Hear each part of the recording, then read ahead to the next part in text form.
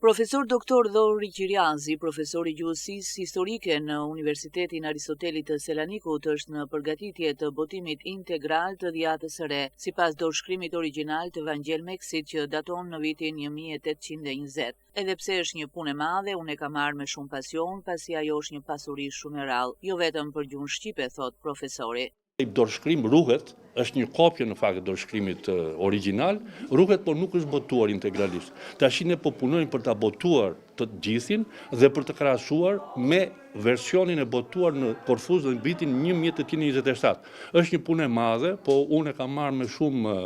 dëshirë, me zell, me pasion, sepse besoj që është një vlerë e cila duhet nxjerrë në dritë dhe është një vlerë që i kalon kufijtë e Shqipës dhe të Shqipërisë, ka një vlerë edhe për Greqishten, po edhe për Ballkanin, për studimet ballkanike në përgjithësi. Dhjatën e Re, Qiriazi e vlerëson si një nga veprat më themelore të gramatologjisë shqiptare të shekullit të 19, që shkencëtarët dhe historianët e huaj e kanë parë si burim dokumentar të rëndësishëm parësor të gjuhës shqipe. Flasim për mesharin e Gjon Buzukut sot, mirë po s'duhet të haruar që meshari i Gjon Buzukut doli në dritë shumë vonë. U zbulua në Bibliotekën e Vatikanit në vitin 1912, mos gabojmë, dhe pastaj e botoi i ndjeri Çabej, i madhi Çabej, kështu që hyri në qarkullim shkencor shumë vonë.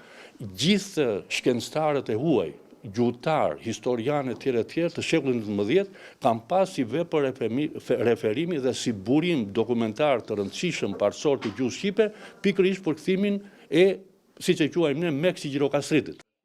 Gjatë leksionit të mbajtur në Universitetin e Qrem Çabej, pikërisht për këtë botim në kuadër të projektit RID, Qiriazi solli edhe më shumë informacion për dy figura gjirokastrite që nxorën në dritë Dhjatën e Re në gjuhën shqipe. Grigor Gjirokastriti ka qenë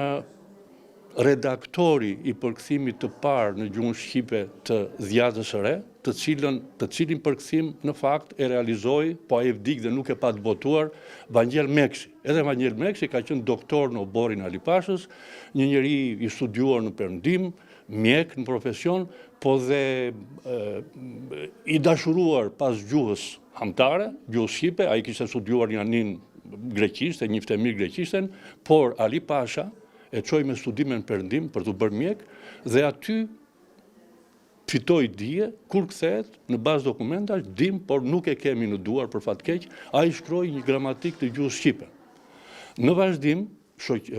përfaqësuesit e shoqatës biblike në Londër, e cila i kishte vënë vetes detyrë të përkthente në gjuhët amtare të gjithë popujve të botës Dhjatën e Re, fjalën e Zotit, e gjetën dhe i thanë që ti do marrësh përsipër të përkthesh Dhjatën e Re. Nënshkruhet një marrëveshje dhe Meksi në vitet, marrëveshja nënshkruhet në tetor të vitit 1819 dhe brenda një viti me një punë shumë intensive Meksi arrin ta përfundoi përkthimin. Po është një odise e tërë pastaj fati i përkthimit, vdes Meksi në vitet e revolucionit të 1821, kështu që i ndodhur Grigor Gjirokastriti në Korfuz, sepse e përndiknin turqit, ai kishte marrë pjesë në revolucionin grek,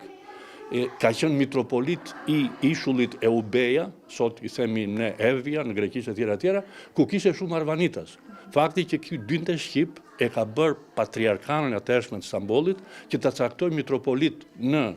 Eube, sepse aty ai u përcilte fjalën e Zotit besimtarve edhe në gjuhën arvanitas apo në gjuhën shqipe. Gjirokastriti pra merr përsipër redaktimin e përkthimit të Vangjel Meksit. Programi RID është një nismë që afron në diasporën akademike shqiptare me universitetet e vendit për të ndarë ekspertizë, përvojë dhe vizione të reja në fushën e kërkimit shkencor.